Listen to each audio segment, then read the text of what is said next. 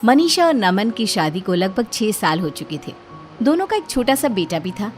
वैसे तो मनीषा और नमन की लाइफ में सब कुछ बहुत अच्छा था, लेकिन बस एक ही प्रॉब्लम थी, और वो ये थी कि मनीषा के सपने काफ़ी बड़े बड़े थे, लेकिन नमन की सैलरी उसके सपनों से थोड़ी सी कमज़ोर थी। और इसी वजह से मनीषा बार बार अपने हस्बैंड नमन से महंगी चीज़ों की फरमाइश करती रहती, और नमन अक्सर फरमाइशों को पूरा नहीं कर पाता था। दोनों मियाँ बीवी के बीच इस बात को लेकर नोक झोंक होती रहती थी, लेकिन दोनों में प्यार भी था, ठीक वैसा ही जैसे नॉर्मल हस्बैंड और वाइफ के बीच होता है। ऐसी ही एक सुबह की बात है। आज आप ऑफिस से जल्दी आ जाना नमन, चिंटू कब से मॉल जाने की जिद कर रहा है। तुम चिंता मत करो, आज शाम को हम चिंटू को लेकर मॉल जरूर जाएंगे, ये मेरा वादा है। अच्छा सुनो, चिंटू को ना वो मॉल वाली टॉय शॉप से खिलौना भी खरीदना है, वो भी तुम्हें दिलवाना पड़ेगा। अरे मनीषा, ठीक वैसे के वैसे खिलौने मॉल के बाहर की दुकान पर भी मिल जाते हैं, वहाँ से खरीद लेंगे ना। मॉल की दुकानों पर टॉयज बहुत महंगे होते हैं। कर दी ना फिर वही मिडिल क्लास वाली बात, मेरा बेटा मॉल से ही खिलौना खरीदेगा। अरे लेकिन मनीषा, क्या फर्क पड़ता है, खिलौना चाहिए ना, कहीं से भी खरीदो। उसके साथ पढ़ने वाले उसके दोस्त ने कल ही उस मॉल की शोरूम से एक बहुत सुंदर खिलौना खरीदा है। मेरे बेटे को चिढ़ा रहा था, अब देखना मैं भी चिंटू को वहीं से खिलौना लेकर दूंगी। अच्छा ठीक है, शाम को देखते हैं, अभी मैं जाता हूँ, देर हो रही है। शाम के वक्त मनीषा और चिंटू मॉल जाने के लिए तैयार हो जाते हैं, और नमन भी ऑफिस से आ जाता है। पापा पापा, अब मुझे मॉल लेकर चलेंगे ना? हाँ बेटा, बिल्कुल। और ये देखो, पापा तुम्हारे लिए खिलौना एडवांस में ही लेकर आ गए हैं। अरे मैंने आपको कहा था ना चिंटू को खिलौना मॉल वाली दुकान से चाहिए, आप क्यों लेकर आए? मम्मी, मुझे तो बस ये कार वाला खिलौना चाहिए था, कहीं से भी लेकर आए उससे क्या फर्क पड़ता है। देखा मनीषा, तुमसे ज्यादा समझदार तो तुम्हारा बेटा है, तुम भी ना। तुम दोनों बाप बेटी हमेशा मिडिल क्लास ही सोचना। अच्छा चलो, आप ज्यादा बातें मत करो। घर से बाहर आने के बाद, ये क्या नमन, तुमने मॉल जाने के लिए ऑटो बुलाया है? अरे तो और क्या करता मनीषा। अरे नमन, कम से कम एसी कैब तो बुलानी चाहिए थी। अब हम इस खटारा से ऑटो में बैठकर मॉल जाएंगे क्या? तभी पड़ोस वाले घर के बाहर आकर एक कैब रुकती है, और मनीषा की पड़ोसन नलिनी घर से बाहर निकलती है। क्या हुआ मनीषा, कहीं घूमने जा रही हो क्या? हाँ, वो क्या है ना, शॉपिंग करने के लिए मॉल जाना था। तुम तो जानती हो मैं छोटी मोटी दुकानों से शॉपिंग नहीं करती, इसलिए बस आज मॉल जाने का प्लान बनाया था। अरे मॉल से शॉपिंग करने जाती हो? लगता तो नहीं। अगर मॉल से ही शॉपिंग करने जाती हो तो ऑटो में बैठकर क्यों जा रही हो? कैब क्यों नहीं बुक करवाई? देख तो सही कितनी गर्मी है बाहर। उफ। इतना कहकर नलिनी वहां से चली जाती है। नलिनी के जाने के बाद, नमन, आप ना हमेशा मिडिल क्लास के मिडिल क्लास ही रहना। यहाँ मेरी पड़ोसन मेरी बेइज्जती करके चली गई। अब चलो ऑटो में बैठकर मॉल जाएंगे। अरे मनीषा, कब तक इस तरह दूसरों से अपनी तुलना करती रहोगी? तुम जानती हो ना मेरी तनख्वाह ज्यादा नहीं है। कुछ दिनों बाद, नमन मेरी बात सुनो, वो नलिनी का बेटा है ना, वो बड़े स्कूल में पढ़ता है। उसकी जो स्कूल बस आती है ना, उसमें तो एयर कंडीशन लगा हुआ है। और एक हमारा बेटा देखो, छोटे से स्कूल में पढ़ता है, टूटी सी वैन में बैठकर जाता है। अरे मनीषा, फिर से वही बात। तुम जानती हो ना हमारी फाइनेंशियल कंडीशन कैसी है। मैं कुछ नहीं जानती। नमन, मुझे भी अपने चिंटू का एडमिशन बड़े वाले स्कूल में करवाना है। मेरा बेटा भी फर्राटीदार अंग्रेजी बोलेगा। अरे मम्मी, अंग्रेजी तो मैं अब भी फर्राटेदार बोलता हूँ। मैं भी तो इंग्लिश मीडियम स्कूल में पढ़ता हूँ। क्या हुआ अगर मेरे स्कूल का साइज थोड़ा छोटा है? अरे चुप कर, तू बहुत बीच में पटर पटर बोलता है। एक तो तेरे पापा और ऊपर से तू कभी नहीं सुधर सकते। देखो मनीषा, उस स्कूल की फीस 2 लाख रुपए है, और मेरी इतनी तनख्वाह ही नहीं तो मैं चिंटू को ऐसे स्कूल में कैसे पढ़ा सकता हूँ? तो क्या हमारा बच्चा पूरी जिंदगी उस छोटे से स्कूल में पढ़ता रहेगा? अड़ोस पड़ोस के सारे बच्चों के सामने कितनी शर्म आती है मुझे। अरे मम्मी, मैंने कब कहा मुझे शर्म आती है? मुझे तो अपने स्कूल में बहुत मजा आता है। देखा तुमने। और वैसे भी मनीषा, बच्चा इंटेलिजेंट होना चाहिए, स्कूल बड़ा या छोटा होने से कोई फर्क नहीं पड़ता। एक दिन अचानक मनीषा की सहेली मेघना उसके घर आती है। अरे मेघना, इतने सालों के बाद भाई कॉलेज में पढ़ा करते थे, उसके बाद आज मिलना हो रहा है। अरे क्या बताऊं, शादी के बाद मैं कनाडा शिफ्ट हो गई थी। जैसे ही यहाँ आई तो सबसे पहले तुझसे मिलने का मन किया। अरे हाँ हाँ बिल्कुल। वैसे तुम तो कनाडा जाकर पूरी अंग्रेज हो गई हो। अरे यार वो क्या है ना, इतना पैसे वाला ससुराल मिला है, सब कुछ है, प्रॉपर्टी, बड़ी बड़ी गाड़ियाँ, खूब सारे बंगले। अरे वाह, तुम्हारी तो किस्मत ही बदल गई यार। कितने लकी हो ना तुम। हाँ लकी तो मैं हूँ, खूब सारा पैसा, ऐश करने की सारी चीज़ें हैं मेरे पास, बस एक पति नहीं है। क्या मतलब पति नहीं है? अरे क्या बताऊँ, जिस लड़के से शादी हुई उसकी कनाडा में ऑलरेडी एक बीवी थी। उसने मुझसे शादी करने के बाद कहा, चाहो तो ये सारा धन दौलत तुम ले लो, लेकिन बस चुपचाप मुझसे दूर रहो। काफ़ी दिन तक तो मैं वहाँ रही, लेकिन फिर परेशान होकर यहाँ इंडिया आ गई। और तुम बताओ, तुम्हारे हस्बैंड कैसे हैं? एक मिनट, मैं तुम्हें अपने पति से मिलवाती हूँ। नमन, जरा इधर तो आइए। ये देखिए मेरी सहेली मेघना, कनाडा से आई है। नमस्ते नमस्ते मेघना जी, कैसी हैं आप? मैं बिल्कुल ठीक हूँ। मनीषा, तुम्हारी फ्रेंड आई है, उसके लिए कुछ खाने पीने की चीज़ लानी है तो मुझे बता दो, मैं बाजार से लेकर आता हूँ। नहीं नहीं नहीं, इसे तो कोल्ड कॉफ़ी बहुत पसंद है और मैं इसके लिए अपने हाथों से बनाऊंगी। कैसी बात करती हो मनीषा, तुम्हारी सहेली आई है, तुम बैठकर बातें करो, कोल्ड कॉफ़ी मैं बना कर लाता हूँ। नमन के किचन में जाने के बाद, तुम्हारा पति तुमसे बहुत प्यार करता है। हाँ हाँ वो तो है, हमारा एक छोटा सा प्यारा सा बेटा भी है, चिंटू। तुम कितनी लकी हो ना, तुम्हें इतना प्यार करने वाला हस्बैंड मिला है। एक मुझे देखो। अरे इसमें लकी होने वाली क्या बात है, हस्बैंड तो प्यार करता है लेकिन कुछ भी नहीं है उसके पास। अरे बस ये छोटा सा घर है, कहने को एक गाड़ी भी नहीं है हमारे पास, और बेटा भी ना छोटे से स्कूल में पढ़ता है। वैसे तुम्हारी इस प्रॉब्लम का एक सोल्यूशन है मेरे पास। तुम कल मुझे अपने घर के पास वाले कॉफ़ी शॉप में आकर मिलो ना। और फिर अगले दिन कॉफ़ी शॉप में। बताओ तुमने मुझे यहाँ क्यों बुलाया? और इतनी बड़ी कॉफ़ी शॉप, बहुत महंगी होगी ना? अरे तुम इस बात की चिंता क्यों करती हो, आज से तुम्हें इस बारे में सोचने की बिल्कुल भी ज़रूरत नहीं है। अरे लेकिन ये तो बताओ तुम चाहती क्या हो? तुम्हारा पति। हाँ मतलब पागल हो गई हो क्या? कैसी बात कर रही हो? अरे मनीषा देखो, शांति से सोचो। तुम मुझे अपना पति दे दो और बदले में ये मेरी बड़ी सी लग्जरी गाड़ी, मेरा बड़ा सा बंगला, मेरा सारा पैसा, प्रॉपर्टी सब तुम्हारा।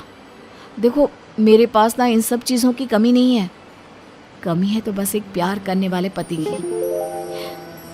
क्या तुम सही कह रही हो? मतलब अगर मैं नमन को तुम्हारे साथ शेयर कर लूँ तो सब कुछ तुम्हारा जो भी है वो मेरा हो जाएगा।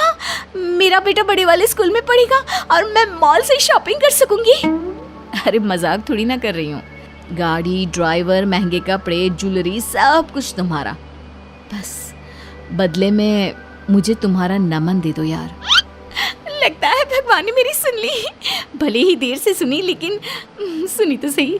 अच्छा प्रॉब्लम ये है कि मैं अपने पति को इस चीज़ के लिए राज़ी कैसे करूँगी? देखो वो तुम्हारा प्रॉब्लम है, अब जल्दी से मेरी डील फाइनल कर दो और लो ये महंगी वाली कॉफ़ी पियो। और सुनो, तुम्हें बिल पे करने की भी ज़रूरत नहीं है। घर जाने के बाद, देखो नमन, तुम्हारी तनख्वाह इतनी कम है कि मेरे सपने पूरे नहीं हो सकते और इसलिए मैंने एक डिसीजन लिया है। कैसा डिसीजन?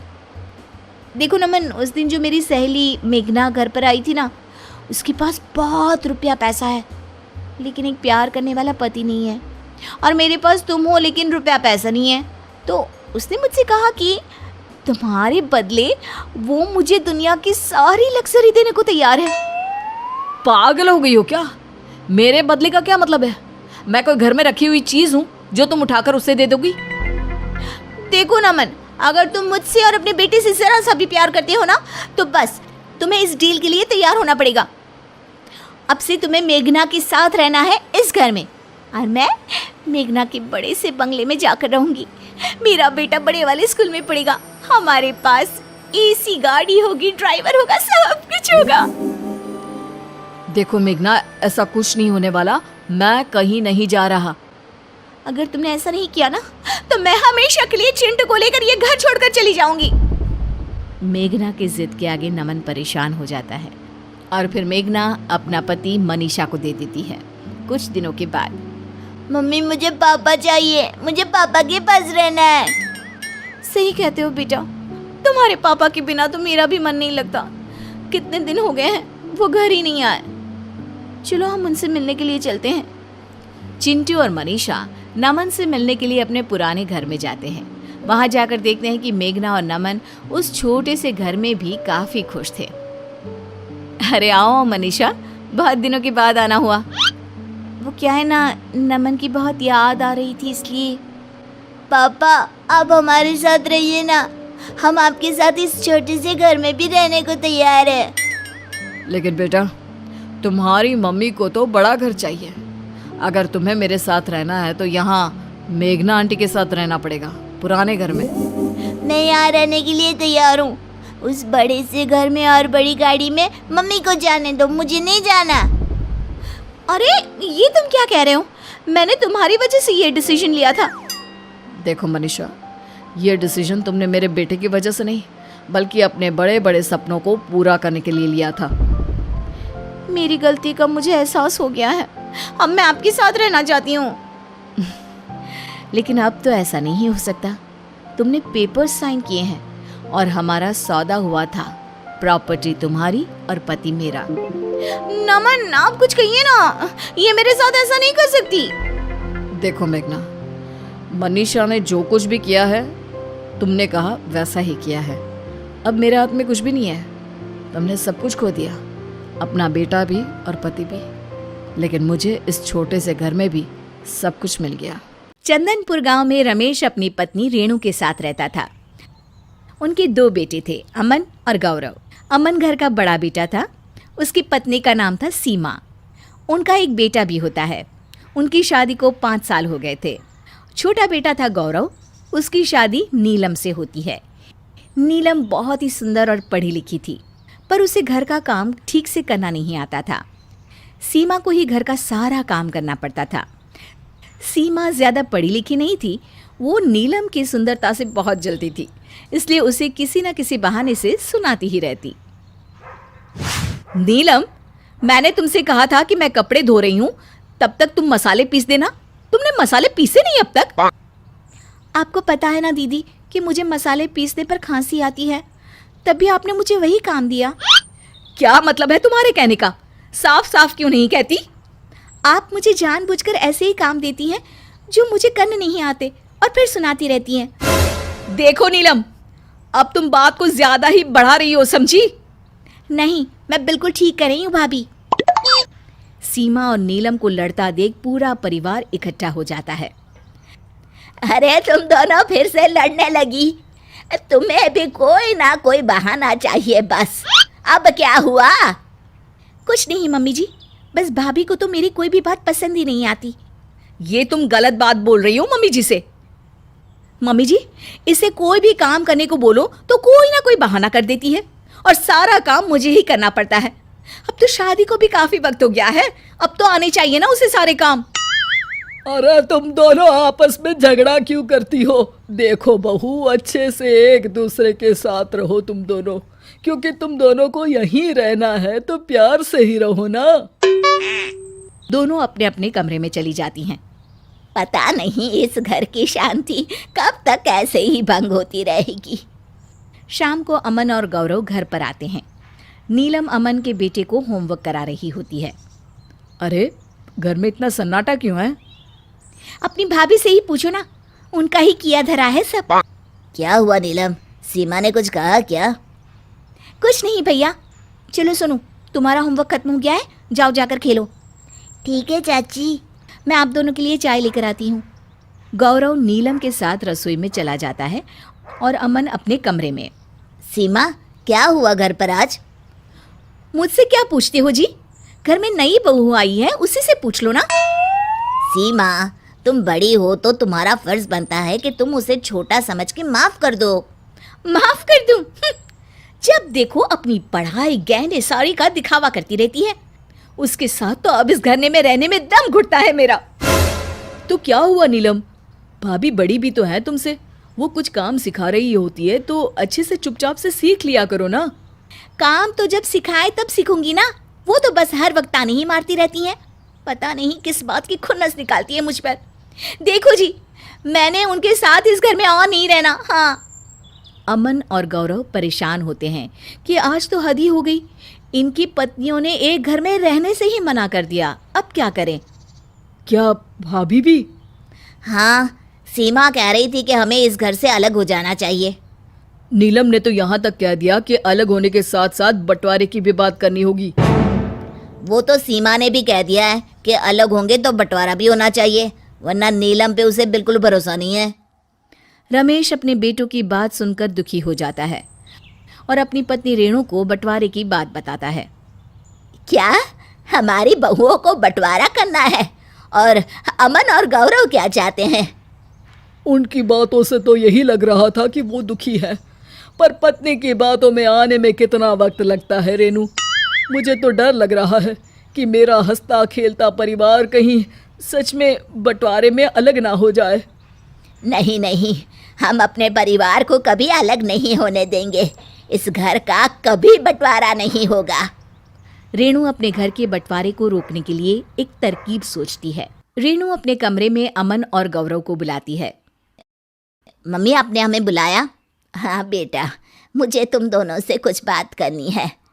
रमेश भी वहीं बैठा होता है। रेणु अपने बेटों को सारी बात समझा देती है। ठीक है माँ, आप जैसा बोलेंगी वैसे ही हम करेंगे। सीमा और नीलम एक दूसरे से बिना बात किए काम कर रहे होते हैं। तभी वहां रेणु आती है। सीमा और नीलम, इधर तो आओ। जी मम्मी जी, बोलिए। तुम दोनों को मैंने कितनी बार कहा है कि घर की सफाई अच्छे से किया करो। ये पर्दे देखो कितने गंदे हो रहे हैं। कोई होश है तुम दोनों को? बस एक दूसरे से लड़ती रहती हो, और खाना भी आजकल बिल्कुल अच्छा नहीं बना रही हो। अरे तुम दोनों एक ही सब्जी बनाती हो। आज रात के खाने में 2 सब्जी तो होनी ही चाहिए, समझी? रेणु उन दोनों को डांट कर वहां से चली जाती है। सीमा और नीलम एक दूसरे को देखकर हैरान हो जाते हैं कि उनकी सास ने उनसे इस तरह से बात क्यों की। सीमा पर्दों को गौर से देखती है, वो इतने भी गंदे नहीं होते। नीलम, इधर तो आ, पर्दे गंदे दिख रहे हैं क्या तुझे? नहीं तो भाभी। मम्मी जी को हो क्या गया है अचानक से? पता नहीं। भाभी, रात को खाने में 2 सब्जी बनानी है ना, तो क्या बनाएंगे हम? और अभी तो वक्त भी नहीं बचा। मुझे आलू फ्राई बनाना आता है, जल्दी से बन भी जाता है। बना दूं? हाँ हाँ बना दे, तब तक मैं ये पर्दे भीगने के लिए डाल देती हूँ। ठीक है भाभी। नीलम सोनू का होमवर्क करा रही होती है, तभी रेणु आ जाती है। नीलम, जाओ मार्केट से कुछ खरीदारी करनी है। ये लिस्ट है, लेकर जाओ और लेकर आओ फटाफट। मम्मी जी, कल सोनू का एग्जाम है, मैं इसे तैयारी करा रही हूँ। मैं इन्हें फोन कर देती हूँ, ये लेकर आएंगी। तुम्हारा यही तो काम है, बस हर बात पर बहाना मारना है। सोनू का हम अगले महीने से ट्यूशन लगा देंगे, समझी? नहीं नहीं, मुझे चाची से ही पढ़ना है। चुप कर तू सोनू। सीमा ये सब देख रही होती है। उसे बिल्कुल अच्छा नहीं लगता कि उसकी सास नीलम से ऐसे क्यों बात कर रही है। मम्मी जी, लाइए मैं ले आती हूँ। नीलम, तुम सोनू को पढ़ाओ, उसे तुम्हारा ही पढ़ाया हुआ अच्छे से समझ में आता है। सीमा और नीलम एक दूसरे से अपनी सारी शिकायतें भूलकर बस ये सोच रहे होते हैं कि उनकी सास का बर्ताव बदल क्यों गया है। मुझे तो समझ ही नहीं आ रहा कि मम्मी जी को अचानक से हो क्या गया है। तो क्या हुआ? वैसे भी हम तो कुछ दिनों में यहाँ से चले ही जाएंगे ना। क्यों? अरे तुम्ही ने तो कहा था कि यहाँ नीलम के साथ तुम नहीं रह सकती। अरे वो तो मैं उससे नाराज थी, पर वो इतनी भी बुरी नहीं है। पता है, उसके पढ़ाने की वजह से हमारा सोनू पूरी क्लास में फर्स्ट आया है। हाँ, भाभी ही आजकल मुझे सब कुछ सिखा रही हैं। मम्मी जी उन्हें भी कुछ ना कुछ सुनाती रहती हैं, लेकिन भाभी उन्हें कुछ नहीं कहती। लेकिन अच्छा है ना नीलम, वो तुम्हें सुनाती थी, अब कोई तो है जो उन्हें ताने मारता है। नहीं नहीं जी, वो मुझे सच में काम करना नहीं आता था ना ठीक से। मैं तो बस शॉपिंग वगैरह में ही लगी रहती थी, इसलिए भाभी कहती थी मुझसे। कोई नहीं, हम तो वैसे भी यहाँ से कुछ दिनों में चले जाएंगे। मैं सोच रहा हूँ क्यों ना अगले महीने ही हम नए घर में शिफ्ट हो जाएं। नहीं नहीं, सोनू की फाइनल्स अभी बाकी है ना, उसे बहुत मेहनत करनी है इसलिए। और वैसे मम्मी जी को पता नहीं क्या हो गया है, भाभी अकेले कैसे सब कुछ संभालेंगी। रेणु और रमेश एक दिन पूरे परिवार को अपने कमरे में बुलाते हैं। क्या हुआ, आप दोनों ने हमें यहाँ क्यों बुलाया? बेटा, मैं सोच रहा था कि अब वक्त आ गया है कि तुम दोनों का बंटवारा कर दिया जाए। गौरव और अमन खुश हो जाते हैं, पर सीमा और नीलम एक दूसरे को देखते हैं और उन्हें ये सुनकर बिल्कुल अच्छा नहीं लगता। सच कह रहे हैं पापा, सही फैसला लिया है आपने। मैं भी काफी दिनों से आपसे यही बात करने की सोच रहा था। पिताजी, सच कहूँ तो हम लोग ये घर से भी जाना चाहते हैं। हाँ पिताजी, आप दोनों भी हमारे घर रहने आ जाया करिएगा। पर एक साथ नहीं। हम मम्मी जी आप मेरे घर आ जाना, पापा आप भैया के घर, और फिर अगले महीने अदला बदली कर लेंगे। सीमा और नीलम ये सब सुनकर बोल पड़ती हैं। बस कीजिए आप दोनों, यहाँ कोई बंटवारा नहीं होगा। हाँ भाभी सही कह रही हैं, हम सब साथ मिलकर रहेंगे। सीमा और नीलम ऐसा कहकर वहां से चली जाती हैं और रमेश रेणु अपने बेटे को देखकर मुस्कुरा रहे होते हैं। अनिल को बचपन से बाबा, जोगियों और जंतर मंतर पर बड़ा भरोसा था। उसे कोई कुछ भी जादू टोना बता दे, कुछ भी कह दे, वो तुरंत मान लेता था। अरे अनिल भाई, यहाँ कैसे? ओ मिहिर, कैसे हो? पूरे 10 साल बाद तुम्हें देखा है। बस ठीक हूँ, ऑफिस के काम से 2-3 दिन के लिए यहाँ आया हूँ। अच्छा अच्छा। अरे, तुमने आज तक ये हरा पत्थर पहन रखा है? हाँ भाई, कॉलेज के समय पूरी पॉकेट मनी देकर उस जादूगर से पत्थर लिया था। उसने कहा था इसे पहनते ही मैं बड़ा आदमी बन जाऊंगा। तो भाई पत्थर ने कोई कमाल दिखाया? अभी तक तो नहीं, पर मुझे यकीन है जल्द ही कुछ होगा। मैं तो तब भी कहता था, आज भी कह रहा हूँ, ये सब जादू मंत्र कुछ नहीं होता दोस्त। तू देख ना, ये अंगूठी मुझे बड़ा आदमी जरूर बनाएगी। चल, भगवान करे ऐसा ही हो। कुछ दिन बाद अनिल एक विज्ञापन पढ़ता है। चेहरा देखकर भविष्य बताने वाले बाबा। बाबा जी से पूछ आता हूँ, मेरा भाग्य कब बदलेगा? अनिल बाबा के पास जाता है। आइए आइए, ये बाबा हिमालय से आए हैं। 25 सालों तक बर्फ में रहने के बाद बाबा ने ये सिद्धि पाई है। सिर्फ 5,000 रुपए दीजिए और अपना भविष्य देखिए। 5,000? ये तो बहुत ज्यादा है, कुछ कम नहीं हो सकता क्या? यहाँ क्या प्याज बिक रहा है जो तुम मोल भाव कर रहा है? पूरे पैसे निकाल वरना निकल ले। अरे नहीं नहीं, मैं तो मजाक कर रहा था। ये लो पैसे। बाबा जी, मैं बहुत परेशान हूँ। 10 साल से बड़ा आदमी बनने के सपने देख रहा हूँ। ये सपने कब पूरे होंगे? कभी नहीं। तेरे चेहरे पर लिखा है, तू अगले 2 महीने में मर जाएगा। ये आप क्या कह रहे हैं बाबा जी? यही सच है। अनिल रोते रोते घर आता है। रात भर वो कुछ सोचता रहता है। सुबह होते ही वो बैंक चला जाता है। सर, मुझे 1 करोड़ का लोन चाहिए। ठीक है, आप जरूरी कागज ले आइए। अनिल को लोन मिल जाता है।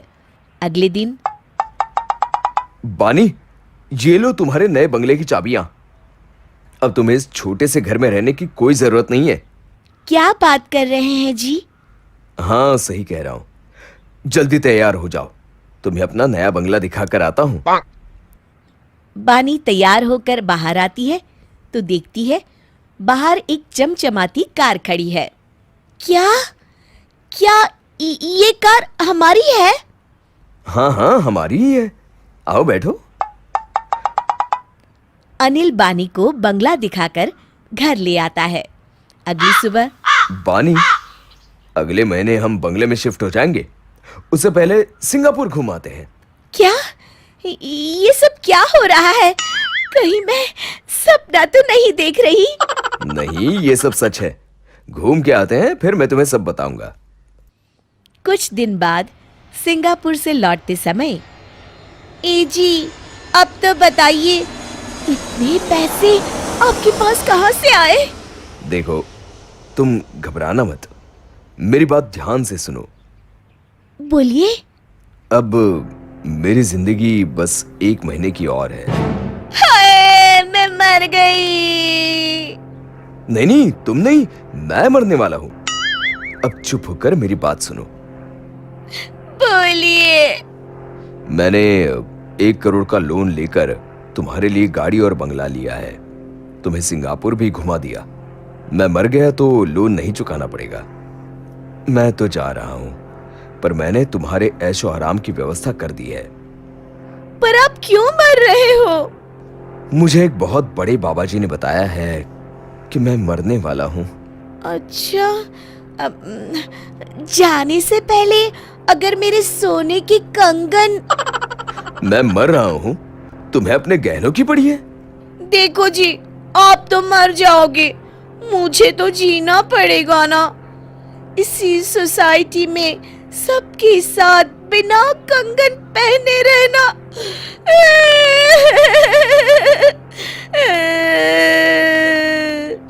अच्छा, चलो कुछ पैसे बचे हैं, तुम कंगन भी ले ही लो। 1 महीने बाद। ये बंगला तो बहुत सुंदर है जी। मुझे क्या, मैं तो अब मौत के दिन गिन रहा हूं। गिनने की कोई जरूरत नहीं, मुझे सब याद है। कल 2 महीने होने वाले हैं। हे भगवान, कैसी बीवी दी है तूने मुझे। मेरी मौत का दिन याद किए बैठी है। अगली रात। अभी तक मुझे कुछ नहीं हुआ। हो ना हो, आज रात को ही मेरा टिकट कट जाएगा। अब कहाँ जाने की टिकट कर रहे हैं जी? मैं भी चलूंगी। चल, मरने जा रहा हूं, तू भी चल। ओह, अच्छा अच्छा, नहीं नहीं नहीं, मैं तो यूं ही कह रही थी। हे भगवान, मैं मरना नहीं चाहता, कुछ करो प्रभु। मेरे कंगन वापस मत लेना, बाकी इनकी प्रार्थना सुन लो भगवान। अगली सुबह मियाँ बीवी खुशी से नाचने लगते हैं। तभी फोन की घंटी बजती है। जी, हम लेना देना बैंक से बोल रहे हैं। आपकी पहले किश्त 1 लाख रुपए अब तक नहीं आई है। आप जल्दी कीजिए, वरना हमें पुलिस भेजनी पड़ेगी। हाय राम, ये तो मैं भूल ही गया। अब क्या होगा, कहां से लाऊंगा इतने पैसे?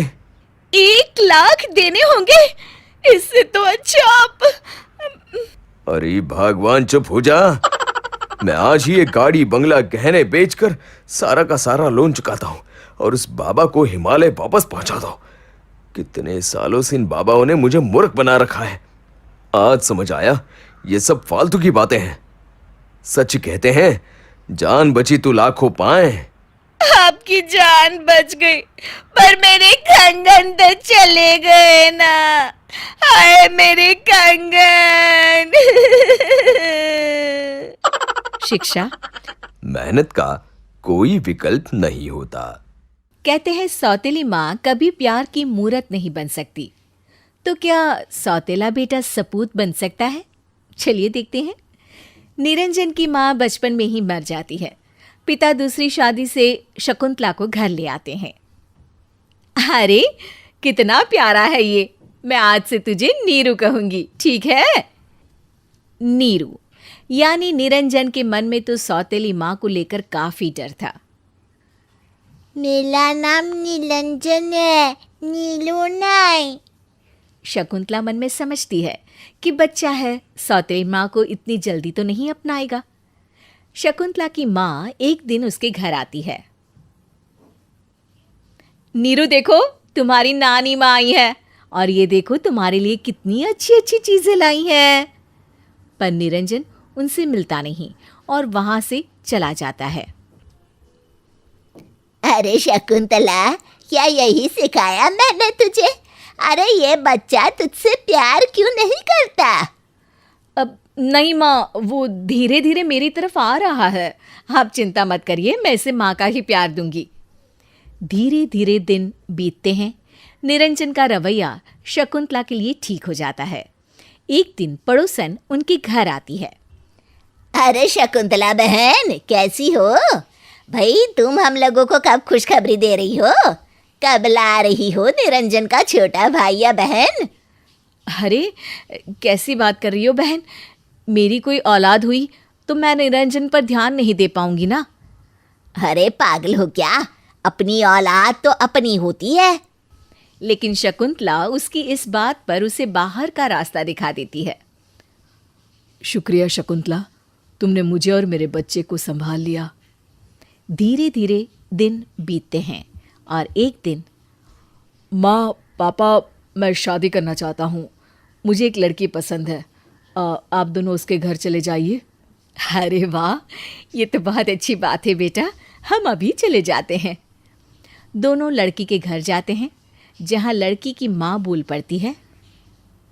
अरे नहीं नहीं, सौतेली सास, ना जी ना, ये दिन ना देखना पड़े मेरी बेटी को कि कोई सौतेली सास उसके सर पर हो। हम नहीं करेंगे ऐसे घर में अपने बेटी की शादी। हाँ, अरे लेकिन शकुंतला बहुत अच्छी हैं। निरंजन की परवरिश में कोई कमी ना हो, इसलिए इसने कई त्याग किए हैं। आप जानती भी हैं क्या? और रहने दो, भला कभी कोई सौतेली माँ अच्छी भी हुई है? हमें माफ कर दीजिए भाई। निरंजन को जब ये बात पता चलती है तो वो शकुंतला के पास जाता है। आपके कारण मेरी शादी नहीं हो पा रही। पता नहीं क्या चाहती है सौम्या। इतनी अच्छी लड़की है, मैं उसी से शादी करूंगा। मुझे वक्त दो बेटा, मैं तुम्हारी शादी सौम्या से ही करवा कर रहूंगी। ये बोलकर शकुंतला वहाँ से चली जाती है। फिर सौम्या के घर वाले खुद निरंजन के घर आकर शादी पक्की कर जाते हैं। दोनों की शादी भी हो जाती है। फिर एक दिन शकुंतला हाथ में सामान लेकर घर से निकल रही होती है। बेटा, अपनी गृहस्थी अच्छे से चलाना, दोनों प्यार से रहना और अपने पिता का ख्याल रखना। अरे लेकिन आप कहाँ जा रही हैं? और ये क्या कह रही हैं आप? तभी सौम्या आ जाती है। क्या आपको नहीं पता कि मेरे माता पिता ने आपसे शादी के लिए ये शर्त रखी थी, जिसे आपकी माँ और आपके पापा ने स्वीकार भी किया था? नहीं तो मैं नहीं जानता था, लेकिन माँ से किसी को क्या तकलीफ है? नहीं नहीं, मैं किसी सौतेली औरत के साथ अपना घर साझा नहीं कर सकती। सौतेली औरत? अगर शकुंतला सौतेली होती तो शायद ये घर ऐसा नहीं होता और घर के कई और दावेदार भी होते। निरंजन मेरा इकलौता बेटा है, लेकिन शकुंतला के लिए भी वो उसका इकलौता रहा। देखिए पिताजी, शर्त आप लोगों ने मानी थी तभी ये शादी हुई है। प्लीज अब बात से हटिए मत, मैं कोई परेशानी नहीं चाहती हूँ। और शकुंतला और उसका पति घर छोड़कर चले जाते हैं। देखो निरंजन, परेशान मत हो, मैं हूं ना। वैसे भी वो लोग अपने थे ही नहीं, माँ तो वैसे भी सौतेली थी, और अगर पिताजी तुम्हारे होते तो वो तुम्हारे साथ रहना चुनते, ना कि उसके साथ चले जाते। निरंजन सौम्या की बात सुनकर वहाँ से चला जाता है। फिर जिंदगी वैसे ही चलने लगती है। लेकिन एक दिन दिवाली की सफाई के दौरान निरंजन को एक ट्रॉफी दिखाई देती है। अरे वाह, ये तुम्हारी है? कितनी पुरानी लग रही है। किस लिए मिली थी तुम्हें ये ट्रॉफी? पढ़ाई के लिए। मैं पढ़ने में अव्वल था। माँ सारी रात जागकर मुझे पढ़ाती, मेरे लिए कॉफ़ी बनाती और लाइट जाने पर तो पूरी पूरी रात पंखा भी करती, पता है। इतना बोलते बोलते निरंजन का गला रूंध जाता है। अरे सब दिखावा होता है निरंजन, मेरी माँ ने बताया था। ये जो सौतेली माएँ होती है ना, चुड़ैल होती है, चुड़ैल। रात भर जागना इनकी आदत होती है। निरंजन चुप हो जाता है। वो वहाँ से चला जाता है, लेकिन अब वो चुपचाप रहने लगता है। फिर एक दिन, बहुत जोर से भूख लगी है, कुछ खाने को लाओ ना। आज बहुत जोर का बुखार हो रहा है, खाना नहीं बना पाऊंगी। और हाँ, तुम कुछ बनाओ तो मेरे लिए भी बना देना। अरे मैं कैसे बनाऊं? मुझे तो खाना बनाना आता ही नहीं। क्या तुम्हारी माँ ने खाना बनाना नहीं सिखाया? निरंजन को माँ याद आ जाती है। नहीं तो वो तो बड़ा ही प्यार से पालती थी मुझे। एक बार उनको भी तुम्हारे जैसे ही बुखार आ गया था, लेकिन मुझे याद है उन्होंने मेरा मनपसंद खाना बनाया था। वो कभी भी मुझे बाहर का खाना खाने नहीं देती थी। मैं जो बोलता वो बनाती, फिर चाहे आधी रात हो या फिर तड़का सवेरा। मेरी माँ तो मैं किचन में जाता तो भी डर जाती थी कि किसी चीज़ से मुझे चोट ना लग जाए।